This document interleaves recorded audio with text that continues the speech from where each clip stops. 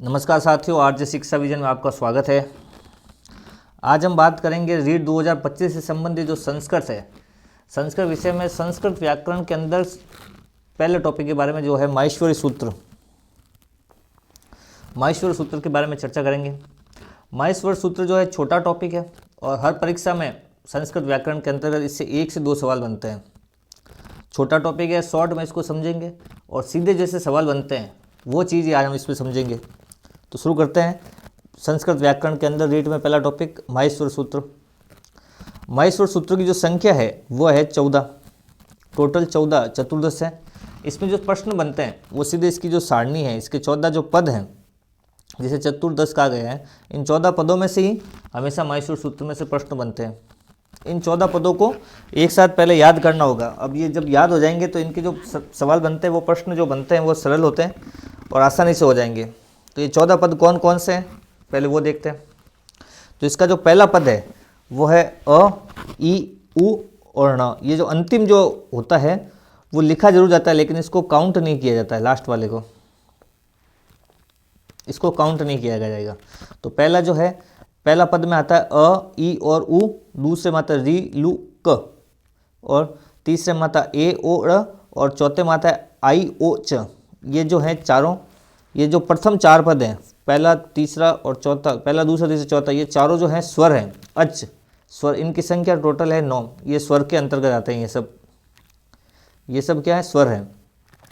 और इनको आपको क्रमबद्ध तरीके से याद करना पड़ेगा। जैसे अयुण, रिलुक, एवड़, एवाच, ये चारों जो हैं 4 पद जो हैं, प्रथम 4 पद 1, 2, 3, 4, ये प्रथम चारों पद जो हैं स्वर हैं और इनको आपको कंटिन्यूसली क्रमबद्ध तरीके से याद करना होगा। जो प्रश्न जो बनते हैं इन पंक्तियों में से ही बनते हैं, इन पदों में से ही बनते हैं। तो पहला पद क्या कहता है, अ, ई, ऊ, ण। दूसरा रिलुक, एवड़, एवच, ये 9 होते हैं। जैसे ये कह रहा है अच, अच का मतलब हुआ अ से लेके च तक, ये पहला अक्षर हो गया अ। और ये कह रहा है च,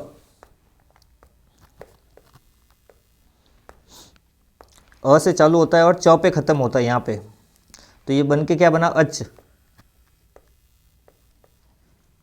अच बना। तो अ से लेके च तक है लेकिन ये अंतिम वाले जो होते हैं ये काउंट नहीं होते हैं। तो ये कह रहा है अच कितने हैं, टोटल 9। और इन 9 को एक साथ क्या बोला जाता है, स्वर बोला जाता है। जैसे 1, 2, 3, 4, 5, 6, 7, 8, 9, ये टोटल 9 है और ये 9 कौन से हैं, स्वर हैं। और इनको क्या बोला जाता है, अच। तो अच की संख्या कितनी है, 9। और पूछ ले स्वर की संख्या कितनी है, तो भी है 9। अब इनको क्रमबद्ध पंक्ति वाइज तरीके से याद करना होगा। जब पहली पंक्ति में अ, ई, ऊ, ण आता है, दूसरी में रिलुका आता है, तीसरे में ए, ओ, ड़ आता है और चौथे में ए, ओ, च, आई, ओ, च आता है। ये हो गए पहले 4 पंक्तियां जिनको अच या स्वर कहा जाता है। अब आगे बात करते हैं 5 से लेके 14 तक जो व्यंजन कहलाती है। यह है 5 से लेके 14 तक पद। इनको क्या बोला जाता है, हल। हल किस प्रकार बोला जाता है, क्योंकि ये देखो ह से चालू हो रहा है और लास्ट ल पे खत्म हो रहा है, इसलिए इसको पूरे 5 से लेके 14 पदों को एक साथ हल बोला जाता है।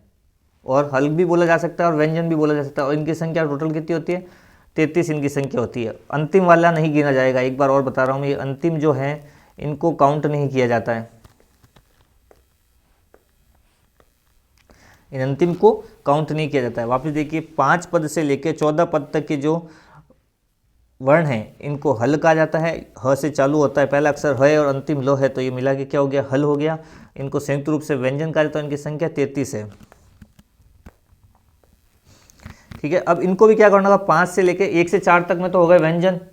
अब 5 से लेके 14 तक है, 1 से 4 तक तो हो गए स्वर, माफ कीजिएगा, और 5 से 14 तक हो गए व्यंजन। इनको क्रमबद्ध तरीके से याद करना। जैसे हमने 1, 2 और 3, 4 में याद किया था, अ, ई, ऊ, ण, री, लू, क, ए, ओ, ड़, ए, ओ, च। ठीक है। और ऐसे कैसे इनको याद करना होगा 5 से 14 तक। पहला 5 नंबर पंक्ति क्या कहती है, 5 में देखो सबसे पहले क्या आता है, ह, फिर य, ह, य, व, र। ठीक है। और ट काउंट नहीं होगा लेकिन याद करना पड़ेगा इसको क्रमबद्ध तरीके से। तो पहला हो गया ह, य, व, र, ट। ठीक है। और छठे में आएगा ल, ण। ठीक है। और ये न काउंट नहीं होगा। सातवां में ण, म, ड, ण, न, म।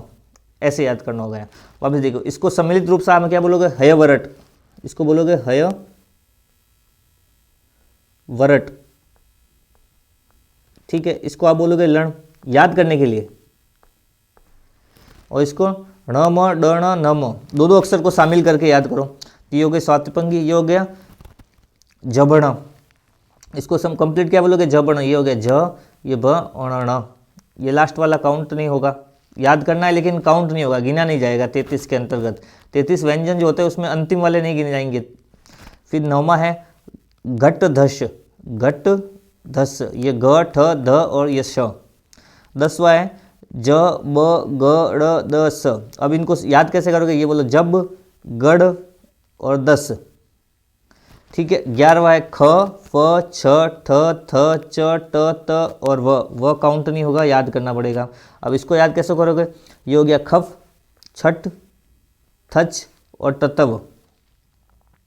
12वां है क प और य, सम्मिलित रूप से इसको बोल सकते हैं कपय, याद करने के लिए कपय।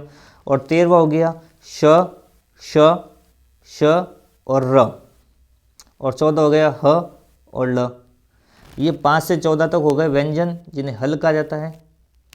शुरुआत करते हुए और वापस देखिए, पहले वाला आएगा हयवरट, जिसमें ह, पहले वाले 5 नंबर पे जो पंक्ति है उसको साथ में एक बार याद करना हो तो लिखेंगे हयवरट, हयवरट। 6 बोलेगा लण, 7वां होगा न म ड म न म, फिर 8वां होगा जबण, 9वां हो गया घट धस, ये हो गया घट घट धस।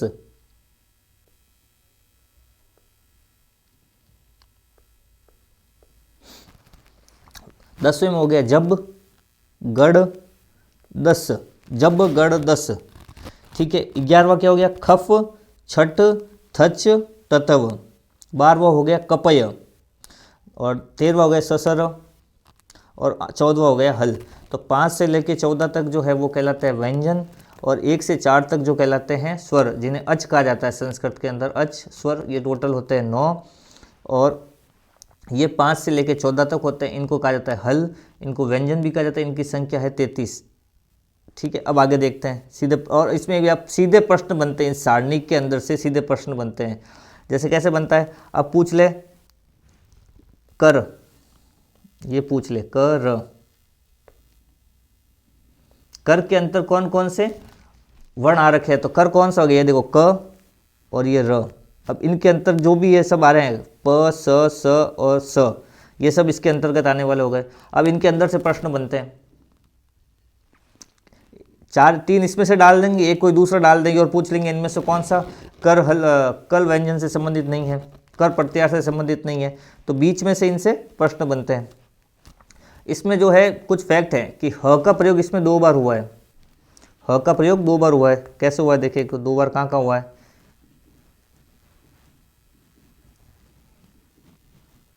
ये देखिए, ये क्या कह रहा है कि ह का प्रयोग 2 बार हुआ है। कहाँ हुआ है 2 का बार, एक तो ये रहा ह यहाँ पे शुरुआत में, और एक ह ये रहा लास्ट में, तो ह का प्रयोग 2 बार हुआ है।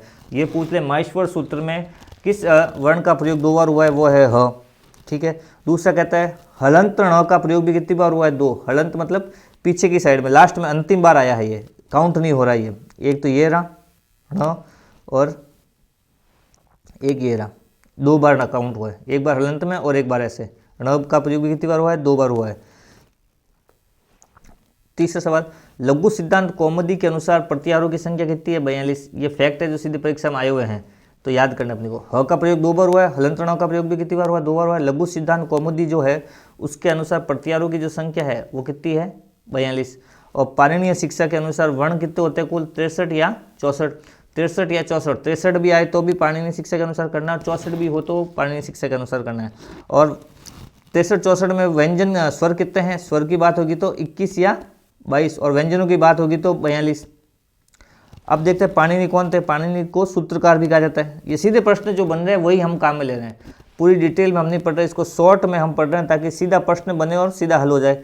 और इनके जो प्रश्न जो परीक्षा में आए हुए हैं वो एक साथ मैं आपको बताऊंगा कि माहेश्वरी सूत्र में अब तक की जो संस्कृत के पेपर में से संस्कृत का जो टॉपिक है उसमें से कौन कौन से माहेश्वरी सूत्र से संबंधित प्रश्न बने। और इतनी सी जो मैंने सारणी बताई आपको, एक ये वाली फर्स्ट स्लाइड,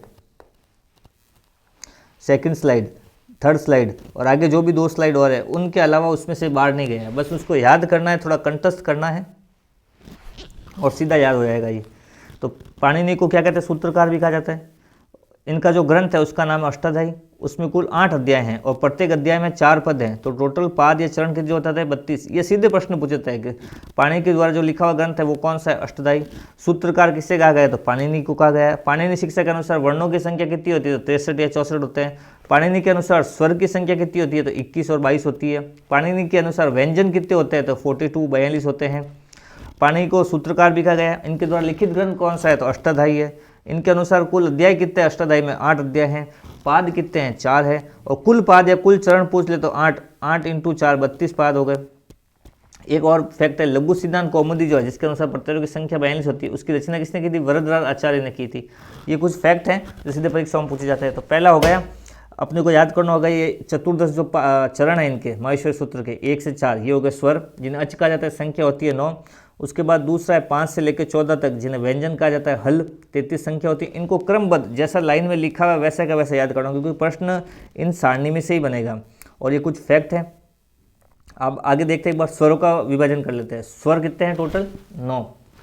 पहला है अच, प्रत्याहार के अंतर्गत आने वाले वर्ण क्या कहलाते हैं, स्वर। ये अच प्रत्याहार, अच यहाँ से लेके यहाँ तक, ये जो अच है इसके अंतर्गत आने वाले क्या कहलाते हैं, स्वर कहलाते हैं। अच प्रत्याहार के अंतर्गत आने वाले क्या कहलाते हैं, स्वर। तो प्रश्न की पहली बात क्या है, अच प्रत्याहार के अंतर्गत आने वाले क्या वर्ण क्या कहलाते हैं, स्वर कहलाते हैं, जिनकी संख्या कितनी है 9। और वो 9 कौन कौन से, अ ई ऊण री लू क ए ओड़ ए ओ च, ये टोटल 9 हो गए। अब बात करते हैं स्वर के भेद। अब इन 9 स्वर जो है इनको कितने भागों में बांटा गया है, इनको 3 भागों में बांटा गया है स्वर को। पहला है ह्रस्व, दूसरा है दीर्घ और तीसरा है पुलुप्त। ह्रस्व के में क्या होता है, मूल स्वर। ह्रस्व स्वर का मतलब हो गया मूल स्वर, ठीक है। दीर्घ का मतलब अंतर्गत आता है मिश्रित स्वर। पुलुप्त में हो गए 3 मात्रा वाले स्वर। ह्रस्व स्वर कौन कौन से होते हैं, मूल स्वर जो होते हैं वो ह्रस्व स्वर होता है। इनकी संख्या कितनी है 5। पहला प्रश्न, ह्रस्व स्वर कौन से होते हैं, जो मूल स्वर होते हैं वो ह्रस्व स्वर होते हैं। इनकी संख्या टोटल होती है 5। और 5 कौन कौन से, अ ई उ री लू, जिनकी मात्रा क्या होती है, 1 मात्रा होती है। और मिश्रित स्वर कितने होते हैं 8, जिन्हें दीर्घ स्वर भी कहा जाता है। ये कौन कौन से है, आ, बड़ी ई, बड़ा ऊ, री, ए आई, ओ औ, ये टोटल 8, ये मिश्रित स्वर हो गए। इनकी मात्रा कितनी होती है 2। और तीसरा प्लुप्त स्वर, इनकी मात्रा 3 होती है और चिन्ह के द्वारा इनको प्रदर्शित किया जाता है। ये स्वर हो गए। स्वर कहाँ से होता है, अच, अ से लेकर च तक प्रत्याहारों के अंतर्गत जो आते हैं वो स्वर, वर्ण जो होते हैं वो स्वर कहलाते हैं। इनकी संख्या 9 है। ये हो गए अ ई ऊण रीलू को ए ओड़ च। स्वर को 3 भागों में बांटा गया, ह्रस्व, दीर्घ और प्लुप्त। ह्रस्व स्वर होते हैं जिन्हें मूल स्वर भी कहा जाता है। इनकी संख्या 5 है, वो है अ ई ऊण रीलू, जिनकी मात्रा क्या होती है 1। दीर्घ स्वर जिनको मिश्रित स्वर भी कहा जाता है, इनकी संख्या 8 होती है। ये आ ई ऊण री ए आई ओ ओड़, इनकी मात्रा कितनी होती है 2। प्लुप्त स्वर जिनकी मात्रा 3 होती है, इनको चिन्ह के द्वारा प्रदर्शित किया जाता है। अब बात करते हैं व्यंजन की। व्यंजनों की संख्या कितनी होती है 33। हल प्रत्याहार के अंतर्गत आने वाले वर्ण क्या कहलाते हैं, व्यंजन। ये हल, य से लेके ह से लेके ल तक, ये वाला जो ह है और ये ल, इनके बीच के जितने भी ये वर्ण हैं ये सब किसके अंतर्गत आते हैं, हल प्रत्याहार या व्यंजन कहलाते हैं। इनको निम्नलिखित भागों में बांटा गया है। सबसे पहले स्पर्श व्यंजन, दूसरा अंतःस्थ, तीसरा ऊष्म और चौथा अयोगवाह। स्पर्श व्यंजन में कौन कौन सा आता है, स्पर्श व्यंजन में वर्ग वाला आता है, जैसे क वर्ग, च वर्ग, ट वर्ग, त वर्ग और प वर्ग। ये हो गए स्पर्श व्यंजन। क वर्ग में हो गए क ख ग ढ, च में हो गए च छ ज ढ, ट में हो गए ट थ ड ध न, त में हो गए त थ ध न और प में प फ ब भ म। ये हो गए। तो स्पर्श व्यंजन में आते हैं वर्ग वाले क च ट त प, कचट तप, ये जो वर्ग हैं इनको याद करना, ये स्पर्श व्यंजन की तरह आता है। एक बार आपको पुनः वर्णमाला अच्छी तरह से याद करनी होगी। इसके लिए माहेश्वरी सूत्र करने के लिए आपको अच्छी तरह से वर्णमाला वापस पढ़नी होगी। फिर आता है दूसरा अंतःस्थ, जिन्हें यण प्रत्याहार भी कहा जाता है, यानी य से लेके ण तक। देखिए य से लेके ण तक में कौन कौन से आ रहे हैं,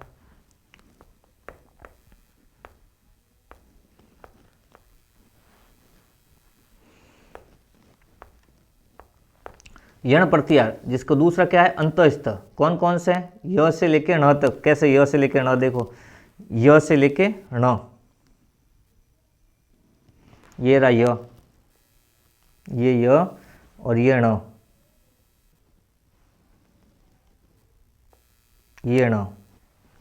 अब य से लेके ण तक, तो य से लेके ण तक में कौन सा आ गया, एक तो य आ गया, एक व आ गया, एक र आ गया और एक ल आ गया।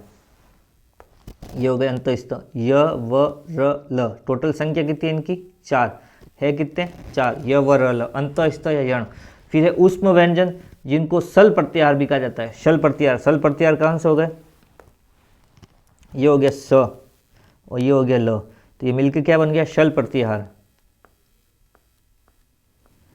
कौन कौन से हो गए इसके अंतर्गत, श हो गया एक, तो ये दूसरा वाला श, ये श और ये ह, र नहीं गिना जाएगा, लास्ट अंतिम वाला नहीं गिना जाएगा, ये भी अंतिम नहीं गिना जाएगा, अंदर में काउंट में होगा स से सल कहलाएगा लेकिन काउंट नहीं होगा र और ये ल, तो टोटल स श स और ह, ये हो गए ऊष्म प्रत्याहार, ये इनकी संख्या भी कितनी है 4। फिर चौथा है अयोगवाह, इसमें कौन कौन सा है 4, कौन कौन से 4, एक तो हो गया अनुस्वार, दूसरा विसर्ग, तीसरा जीवामूल और चौथा उपध्वनि, टोटल हो गए 4। तो व्यंजनों को 4 भागों में बांटा गया, स्पर्श व्यंजन, अंतस्थ, ऊष्म, अयोगवाह। स्पर्श व्यंजन के अंतर्गत 5 वर्ग आते हैं कचर तप वाले, क का वर्ग, च का वर्ग, त का वर्ग, त का वर्ग और प का वर्ग।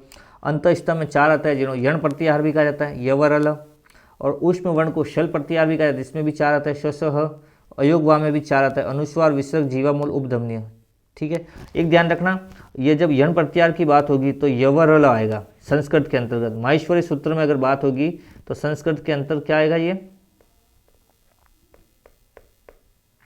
य व र ल, और जब हिंदी के अंदर अंत स्तर की बात होगी तो ये आएगा य र ल व, ये क्रम बनता है, ये ध्यान रखना। हिंदी में जब पूछा जाएगा तो ये क्रम बनेगा, हिंदी में जब पूछा जाएगा तो य र ल व बनेगा, और संस्कृत के अंदर माहेश्वरी सूत्र के अंतर्गत जब पूछा जाएगा तो य व र ल बनेगा। इन दोनों में डिफरेंट है, ये ध्यान रखना, हिंदी में य र ल व और संस्कृत में य व र ल। ये था आज का टॉपिक, माहेश्वरी सूत्र संस्कृत का पहला टॉपिक था ये, जिसमें बताया कि माहेश्वरी सूत्र 14 होते हैं, अ से लेकर च तक, पहले 4 जो स्वर या अच कहलाते हैं इनकी संख्या 9 है। दूसरा है 5 से लेकर 14 तक जो हल कहलाते हैं, ह ल, इनको व्यंजन कहते हैं, इनकी संख्या 33 होती है। फिर ये कुछ फैक्ट हैं जो माहेश्वरी सूत्र से संबंधित है। उसके बाद स्वर को कितने भागों में बांटा गया, स्वर के बारे में जानकारी ली। उसके बाद व्यंजन को कितने भागों में बांटा गया, 4 भागों में बांटा गया। व्यंजन 33 कौन कौन से, उन पर चर्चा की। तो कुल मिला के बात यह है कि इसके अंदर आपको ये जो सारणी है माहेश्वरी सूत्र की, इसको जैसी की जैसी दे रखी वैसी की वैसी याद करने की, जो प्रश्न बनेंगे इन सारणी के अंदर से ही बनते हैं। इनके सारे प्रश्न जो अभी तक आए हुए हैं संस्कृत के अंतर्गत, उन प्रश्नों को टॉपिक पूरा होने के बाद या एक बार सिलेबस हो जाए संस्कृत का, उसके बाद अलग से करेंगे, और वो सभी प्रश्न इसमें बनते हैं। सरल टॉपिक है, छोटा टॉपिक है, 1 से 2 प्रश्न हर परीक्षा में बनते हैं। हर पेपर के अंदर संस्कृत व्याकरण का जो होता है लेवल 2 में, लेवल 1 में, लैंग्वेज भाषा के अंतर्गत, उसमें हमेशा 1 से 2 प्रश्न माहेश्वरी सूत्र से बनते हैं। और प्रश्न जो स्लाइड बताई है मैंने 5, इन 5 स्लाइडों में से ही बनते हैं। मिलते हैं किसी अन्य टॉपिक में नए वीडियो के साथ। धन्यवाद।